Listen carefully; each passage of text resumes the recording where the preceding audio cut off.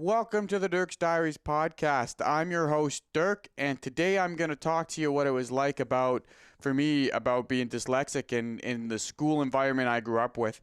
Just to give you a little idea of what it was like for me. This is my diary, and I'm going to share with you guys publicly on what I felt and what I went through. Now, I believe in this my life. Everybody used the tools they had with the best intentions that they could do, right? Like I don't think anybody was out to to wrong anybody or anything like that. I believe that growing up through the school system back when I'm 31 now, so back when I was in the school system, they didn't even have, I don't even think they could really email, like resources and probably funding. From what I understand about money now, funding was probably tight. Everything was probably just a little harder to deal with back then, and they didn't have the knowledge of stuff like dyslexia back then as they do today. So let's start from the beginning. Okay, I'm from Yak, British Columbia. Yak, BC, small little tiny town.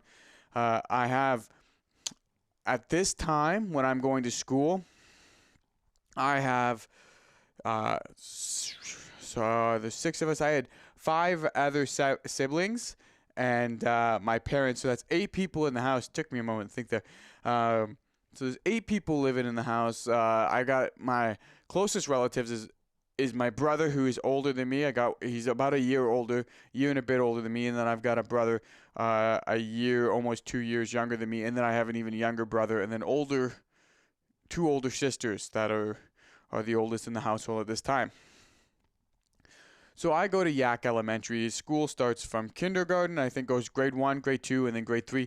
Or maybe even after grade 2, they go on a longer bus ride from Yak to Creston, BC, if you want to Google map that. So that's where the older kids went. So now, back when I went to school, there was no like internet channels, and the information that we have today on stuff like dyslexia and other learning disabilities isn't what it was. And also, if you see me go like this, it's because I just killed a mosquito.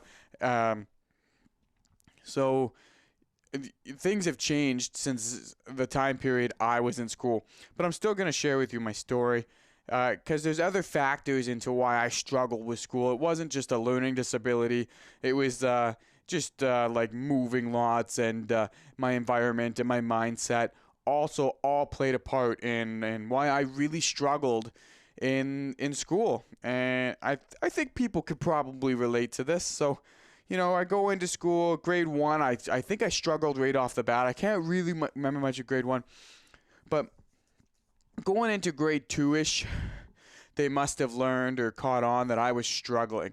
Because I remember doing these tests. Like they used to take me into a little room with an EA or EA, assistant teacher. Someone would take me into this room to do these tests. They would do little math tests, little puzzle problem solving tests, and reading tests. And I remember one time they had like a see-through plastic red sheet of paper and a see-through plastic green sheet of paper. They would make me read through one, read through the other, overlap the two papers, make me read through this, and all kinds of stuff, glasses, through programs, and they really were trying to help, I believe.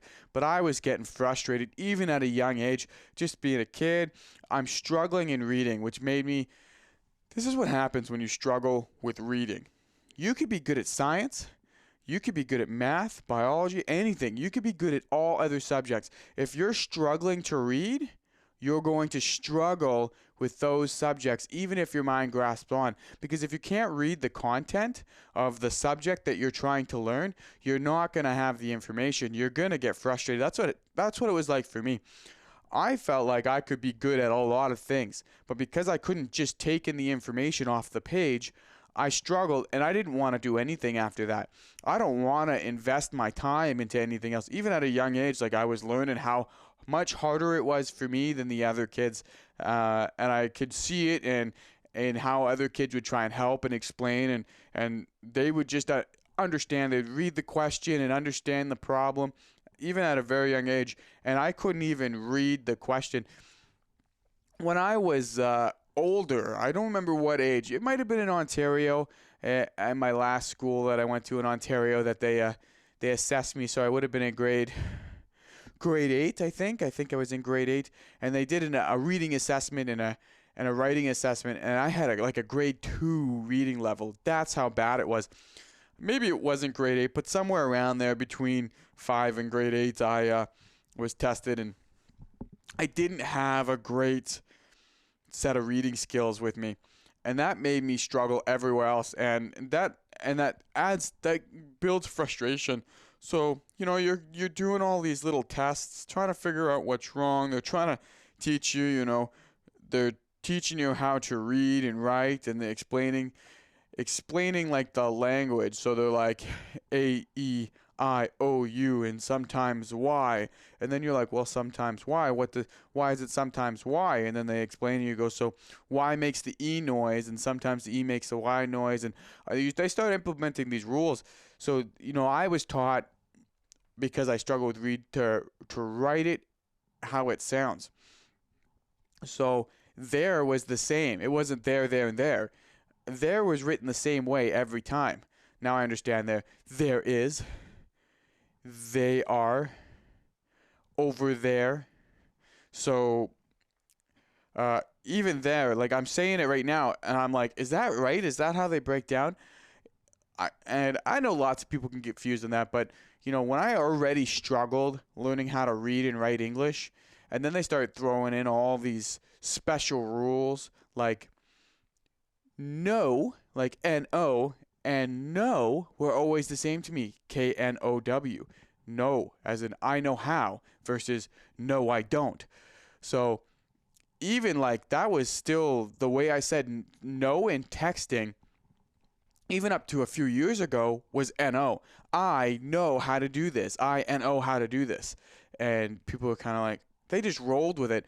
I remember being in my early 20s, and I had just bought a house. I owned my own house. I had a nice big truck and car payments and a good set of jobs to help pay for all my stuff, and I was off to a good start. And I can still remember having all the stuff that I was working for like everybody else. I was the same as everybody else.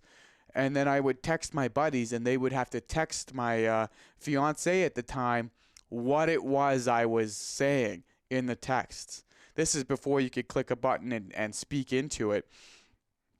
They had to ask her, and she was so used to my misspelling that she would translate it to them, and then they would respond to me. That's how much work was involved with my writing. And still struggle. Technology has come a long way and has helped me tremendous. But anyway, so let's go back to elementary school. They're trying to figure out what's going on. They're testing me. I think they probably diagnosed me as having dyslexia, because it was a known thing at that point. And so they were trying to put a program in place for me. We're going to do this, this, and this. And that worked for a bit, but I really rebelled. I was frustrated. Why am I different? Why are they taking me to a room to do tests? Why can't I read this? And what happens with me with dyslexia, whether I'm reading it backwards or in reverse, I can't really tell what I'm reading. I have to focus so hard on the words themselves, like reading the words themselves one at a time, that by the time I'm done, I don't even understand the paragraph, let alone the sentence in the paragraph. If there's a paragraph explaining to me the subject of science that I'm doing for work, and I'm so focused on reading the content that by the time I'm done reading it, all I can think about is the last word that I was reading, and whether I was reading it right, because you would say the word the way it sounded, but there's some tricky rules in place with English, and then so it doesn't make any sense when you're reading it because it doesn't sound right. And you're like, what is going on here? Like, I read this, I don't understand it. You ask the other kid, they're like, what don't you understand? They read it, you're like, I don't get it says that. Okay, take your word for it, because I have no idea. And so they pay up for a teacher, and then that's awesome, that's good help. But when I was a kid, there was a stigma about that. Oh, the teacher, it would be test time, and the teacher would come and get me and remove me from the class, take me to the room, read the questions, I would answer, And I always did pretty good on those tests, but then the other kids would be like, "Where'd you go? Did you do the test?" "Yeah." "How come you didn't have to do the test?" "Oh, I did. They took me to a room." "How come you got to go to a room?" "Oh, because I struggle at reading." "You can't read?" Like this, and I'm talking like this happened all the way up into, even into high school. That's what it was like. So I was always frustrated at that. So even at a young age, frustrated, I would lash out. And we got into some subjects like if I didn't understand English and they put me in French, you can kiss that goodbye. I would just lose it. Like, why am I learning this if I can't even learn my own language? It was really hard for me to understand that I wasn't getting things. I can remember back then, like, at the point I knew all my times tables because we would just read it, or we would just say it out loud in the class. Like every day we'd go 2, 4, 6, 8, 1, what, on and on and on. I don't really remember them all now, and I can just use a calculator to figure out what I need to add and subtract and times and divide. But back then people knew it off by heart, and I also did, but that's because we said it out loud as a class. If I had to read that myself and do it myself, I would struggle, even though it's just numbers and I know how to count 1, 2, 3, 4. Even that stuff would get to my brain a little bit. Like, I felt like my brain was always exhausted trying to figure everything out, that when it came to any sort of book work, I would just blank it out. I'd go numb, I'd rebel, I'd throw temper tantrums. I used to throw the biggest meltdown temper tantrums in my younger grades, and even going up all the way up to even in high school, I used to just have these huge, like, piss offs. Like, I'd get super angry and frustrated. And I wasn't the only kid. When I was in Yak, they'd pull me out by myself. But so all that in context, that's what it's like for me in elementary school. Like, I'm learning, I'm getting frustrated. They're putting me in science and math and whatever, and it's all supposed to be really easy, grade 2, 3 stuff. But I'm really struggling, so I'm getting mad. They'd come, they'd try and explain it to me. I don't get it. They have other students to help too, so I feel like everybody, I could see them doing the work. Teacher helps them, they get it. Like, teacher comes, helps me. I'm like, I still don't get it. Teacher, can you come back? She comes back, she explains it to me again. I'm like, okay, you got it? I'm like, no, I don't really. And she's like, and then another student asks for help. She's like, I'll be right back. Goes, helps them, they get it, they come back. I'm still on the first question. I see all the other kids, they're all making progress and stuff, and I would just get so mad, just take my desk and I'd just go, "Rah!" And I'd flip it, and they'd be like, "What's going on?" I'd be like, "Screw this class, right?" And I remember even getting up on top of desks and walking on the desks and kicking other kids' papers off. Like, that's how bad I got. That's how angry I was at the learning system. And it's no teacher's fault, nobody's fault. It's just what happened. That's just the way it was, and that's just how I reacted. Not the right way to respond, and people around me were doing the best they could. Teacher had other students and obligations. Then that's when they start setting me up with someone to help me, and then I still get the stigma from kids asking me if I even did the work. And some tests, I think that they even let me kind of not have to participate in, and it all ended up being kind of frustrating right out the get-go. So, I think I was around 9 years old. We moved from Yak, BC to Peterborough, Ontario. When we get to Peterborough, the first school I go to is Queen Elizabeth Elementary. I think we went there for just a few months. For the rest of the school year, I think we moved within the school year. We were enrolled there, and we went from a tiny little, like, 2-room school with 15 to 30 kids in the whole school to like 20 something kids in just my one class, multiple classes from kindergarten to grade 8 in the whole school, or like middle school, I think, maybe. So I can't really remember what grade that started, but multiple age groups, class groups, and learning. And there were other kids that also had learning disabilities, and we would all go into rooms together. But I moved there with long country hair. We went from like having horses and chickens and having the forest and the Rocky Mountains and all the way to the city, which was way flatter in Ontario, except for the city had like these really bumpy hills, but nothing like the big hills that we had, nothing like the trees that we had. It just wasn't the same environment. The people weren't the same. So I cut my hair and I didn't dress the same or didn't talk the same. And that's what it's like when anybody moves long distance. It can be a little bit of a learning curve and an adjustment, but going through that at this period in my life, I didn't want to move. I didn't want to be there. I'm struggling in school. They get me into school, into the programs. They retest me. They're trying to, okay, I had a program in place at the school I left. I go to a new school. They retest and evaluate, set up a new program. I'm there for a few months. They're trying to get me some help. Then we move into the inner city of Peterborough, and at that point, I started going. So this is just a few months after I moved. I'm already into school number 2. We went to Queen Mary. Now I'm at Queen Mary Elementary. I went there for 2 or 3 years before moving again.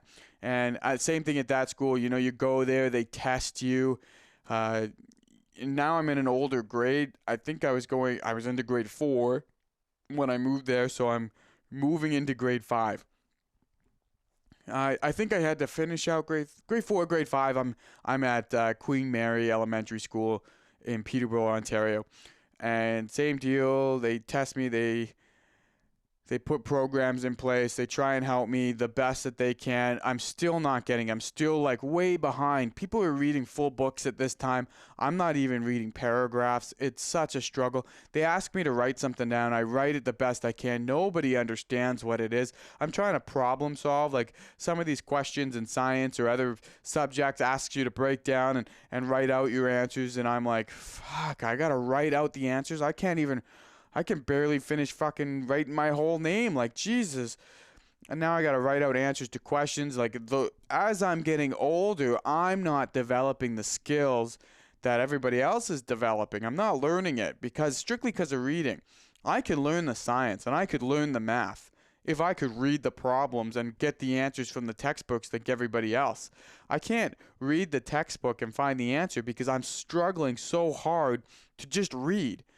I'm just trying to get the information off the page. And not just that, I'm just trying to break down those single word at a time off the page. Like, the, is, that, no, what. I'm trying to figure that out. Like, just the one word at a time is struggle enough.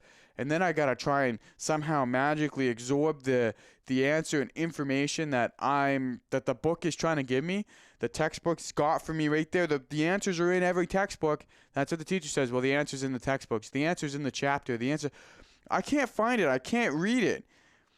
It's not their fault, but I would get that angry. I can't read. I can't find the answer. I can't figure it out. Other kids my age aren't really understanding.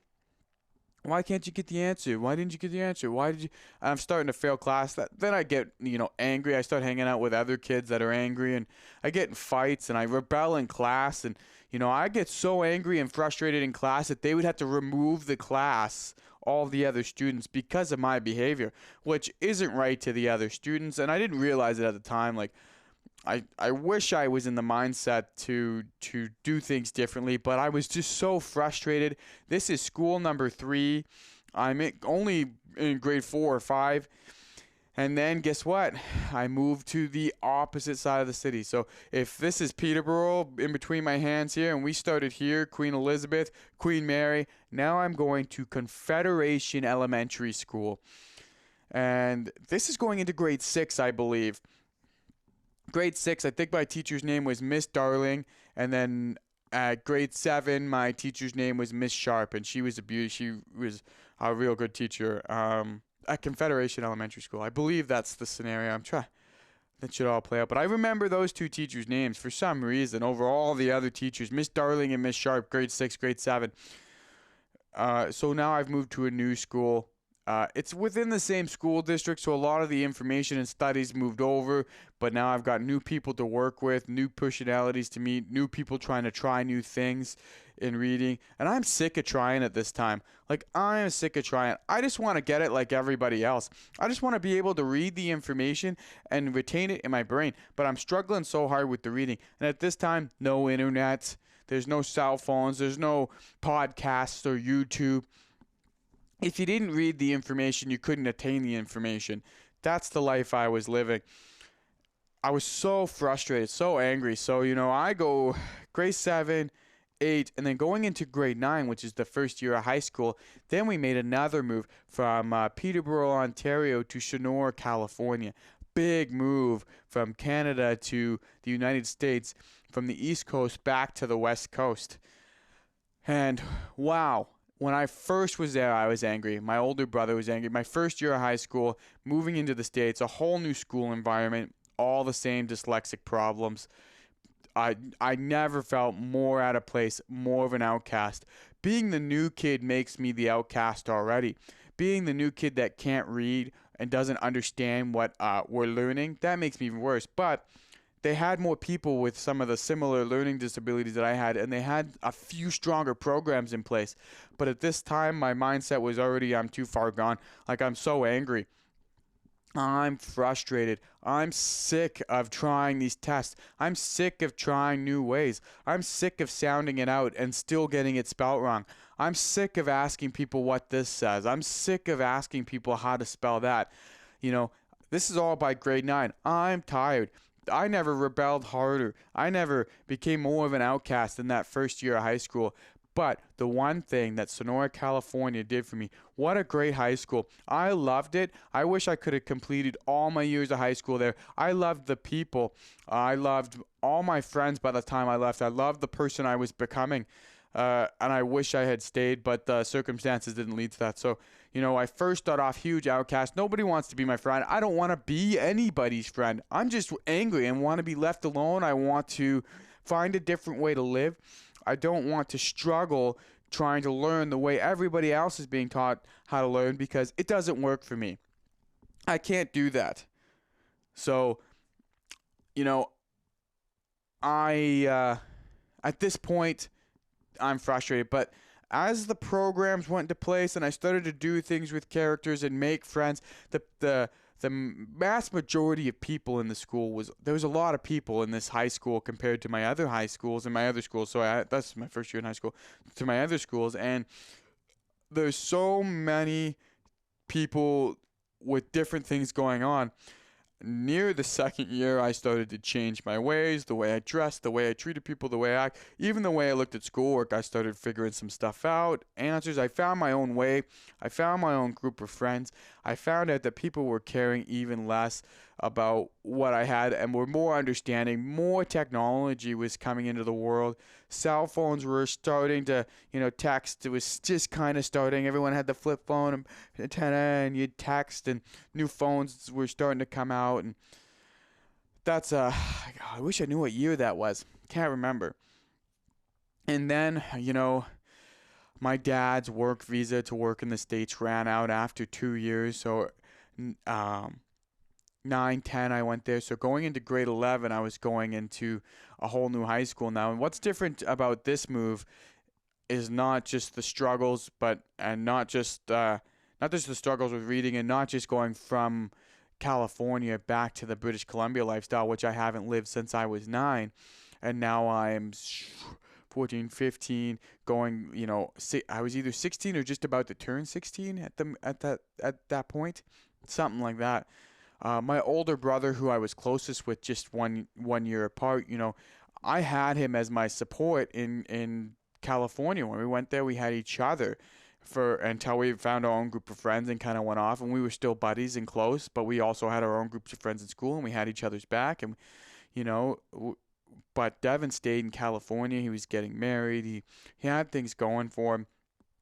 And so when we moved back to Canada, at this point, all the older kids have moved out. I'm the oldest kid at home now. The other two are younger than me. Neither of them are in high school. I went to Cranbrook. I went to Mount Baker High School there. And, man, maybe this is my perspective, but this school was the end of my school career. As soon as I walked in there, this move had finished my school career. My mindset was done. I was defeated. I was tired of this. Going into this environment, this school was nothing like my California high school, which by the time I left, I loved. No friends, no support group. We moved there and winter came right in. It was dark, it was wet, it was snowy, it was freezing cold. It was not the California life that I liked. I wasn't fitting in. they put me in with kids that struggled again, same program, same etc. I'm still struggling. I'm still, maybe at grade 4 reading level, whatever. But I was angry to be there, and I was alone. And at this point, there was no helping me. I stopped going to school. I skipped classes. I hung out with rough kids. I got in lots of fights. I started doing some drugs and drinking on the side. I wouldn't go home for days on end with my parents. Oh, I'm staying at my cousin's and whatever. And it was probably really tough for them too. They probably didn't know what to do. My parents, they were trying to keep me safe, and I would always lie to them and manipulate them, and they had their own stresses and etc. So I kind of took advantage of the scenario and advantage of the school system and didn't participate in my. This was the end of my school career, and even though we ended up moving, I just got an itch here. We ended up moving from Cranbrook to Lake Cowichan, which is Cranbrook, BC to Lake Cowichan, Vancouver Island, BC. And we moved there, and I just kind of never enrolled in school. I stopped. I didn't continue. I decided to work, and this kind of helped me because I think I would have just rebelled if I went to school, and yeah, I think I would have rebelled, and so I ended up just going into the workforce. I went to the labor workforce. I did that for many, many, many years. I did some upgrading in my high school, and I at that time too, I just fell short. I couldn't just buckle down and do it, and but to tell you the truth, I didn't finish high school. I still have the promise in my brain that I'm gonna go ahead and finish it with adult education, and I haven't really buckled down, and I really regret a lot of the decisions that I made to not take opportunities to learn and not to look at the brighter side. I chose the darker side. I ruined myself with the mindset that I was alone, and it was really tough, and that's the outcome that happened for me. But now with podcasts, YouTube, I've absorbed more information than I ever had. My spelling's way better. And if I'm struggling, I can just use the voice thing. I get on there, the spelling in my text corrects. Because of texting, I'm reading and writing way more. Technology has come and improved my ability to read and write way more. I'm like at the top that I've ever been. My understanding of reading and writing as at this age, because of technology and programs put in place, is at the highest that it's ever been. I wish that this is kind of the setup that I had going in.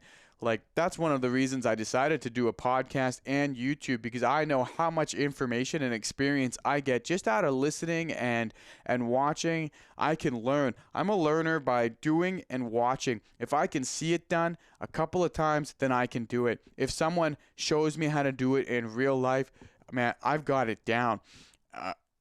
I'm not a book learner because of my dyslexia. And there's a lot more to dive into this conversation. There's a lot involved, but I'm kind of running short on time. I've crunched a lot of story into this half hour. I'm happy to share it with you. It's all my perspective and my reality of what happened. Everybody else has their own side of a story, and everybody else has their own life. And I believe nobody was out to ruin me or make it hard on me. I think everybody was doing their best, but the circumstances and things for me just weren't in place. And my environments that I created for myself in my mental space were all full of barriers, and so do I regret these things? I'm not sure, because here I am. I have a great job. I have a great family. I have a great wife. I have great kids. I have a really good life, even with all the struggles that I had with learning. It was hard, and I wish that the learning part was different, but I don't wish my life turned out any different, if that makes any sense. Is there anything else I need to touch up on this subject with? Anybody out there for learning disabilities, and if you feel like you're alone, the truth is that everybody's struggling one way or another. The happiest kid in school could be struggling the most, for all anybody knows. everybody's fighting a secret battle one way or another. When it comes to learning, if you feel like you're behind, there's multiple ways to learn. And now with technology, there's lots of programs and ways to put in place. It's not perfect, but there's lots of things out there to resource off of. I believe that everybody does need to learn how to read and write, and everybody needs to finish their schooling. But I believe that there are other avenues in which you can use as a resource. You know, podcasts, YouTube's, all kinds of things. I say all kinds, but I can only list those two. But because I'm doing this off freehand. There's no notes or anything. Anyways, and I'm not going to keep rambling on. Everybody, I hope everyone's just doing their best out there, living their best life, understanding that the struggle is for everybody, and nobody's got it easy in any way. Everybody's got their own challenges. This is a little look of what my biggest challenge growing up was, and can still be to this day. If my friends know me, they watch this, they see my spelling and texting and my Facebook posts, there's a few mistakes in there for sure every time, and I don't doubt it. Maybe even punctuality, etc. Like I still have a long way to go, but because of the way the world is operated now, from when I was a young, it just flows still now. It flows now in a way it never has before. I feel like I'm at the best that I can do with it, and I'm hoping that anybody who might be dyslexic or struggle with a learning disability hears this, they can hear it or see it and understand that you just got to keep working at it, and there is something better. You do move on, you do get past it. Schooling is only 12 years of your life. Just get it done. It's the shortest part. I think, like, don't overanalyze it. Anyways, I'm rambling now. Thanks for checking in on the Dirk's Diaries podcast, guys. I really liked sharing this information. I know it was a little sporadic and all over the place, but that's me just freehanding my story a little bit, and I hope you guys appreciate it like I appreciate you. Thanks for checking in. Bye.